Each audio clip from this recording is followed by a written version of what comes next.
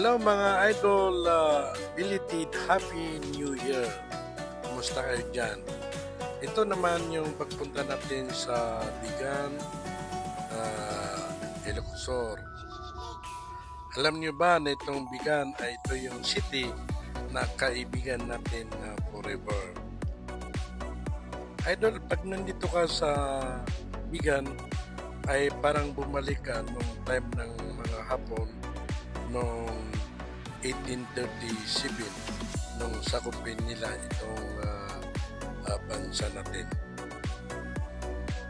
At ito yung pinaglaban ni Gabriela at asawa niya na si Digo Silang noong 1762. At alam niyo ba mga idol kung bakit hindi nasira ang Bigan? Hindi to nasira dahil sa pag-iibigan.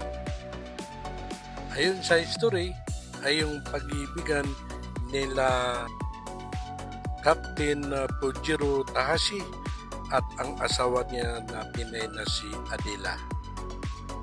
At ayon sa history, dahil sa noong natalo na yung mga Hapon ay may order doon sa captain na si Pujiro Tahashi na sunugin na ang Bigan. At dahil sa pag-ibigan ay yung asawa niya at isang pari ay nakiusap na wag na sirain ang Bigan dahil sa walang masisilungan yung mga tao doon at pag sinunog ng mga Hapon ay baka pag-iinitan ng mga Pinoy yung mga anak niya at yung asawa niya na si Adela.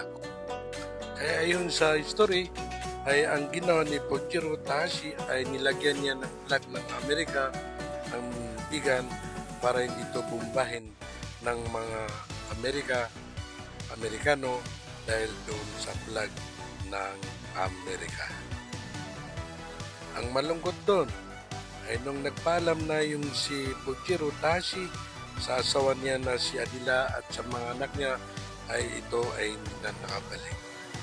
So isa sa dahilan kaya hindi nasira yung Bigan City dahil doon sa pag-iibigan ni Captain Pujiro Tahashi at yung asawa niya na si Adela.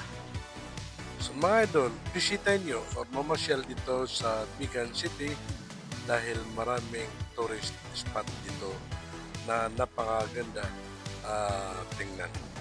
Napakabait ang mga tao rito, maraming hotel at meron pang mga pasok sa budget.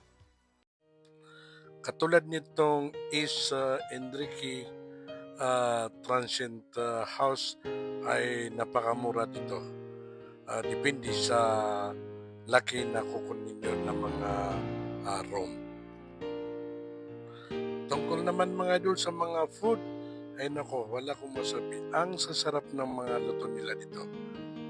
So, napakadali lang pumunta dito mga idol. Kung nasa Metro Manila ka, ay sakay ka na lang ng bus sa May Cubao at dire-diretso na yun dito sa Bigan City. Ang isa sa binabalik-balikan ko rito ay yung mga souvenir nila dito ay mura lang. Yung hindi nila sinasamantala yung mga turista na bintahan nila ng mga mahal na presyo. So, napakaganda at marami kayong mabibili ng mga souvenir dito sa Bigan City.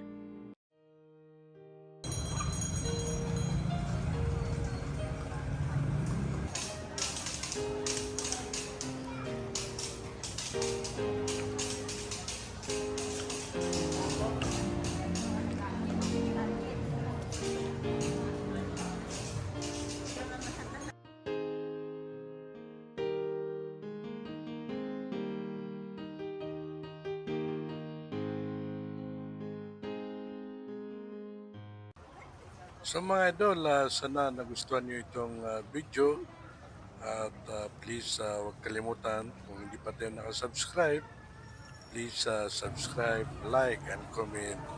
And i-share natin mga idol. Thank you. Siyempre, thank you sa panonood nyo dito sa video na to.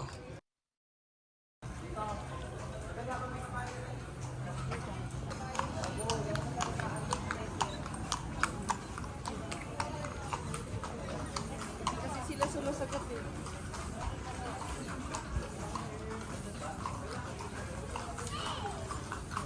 So, mga idol, dito lang nagtatapos ang video natin. Maraming salamat ulit.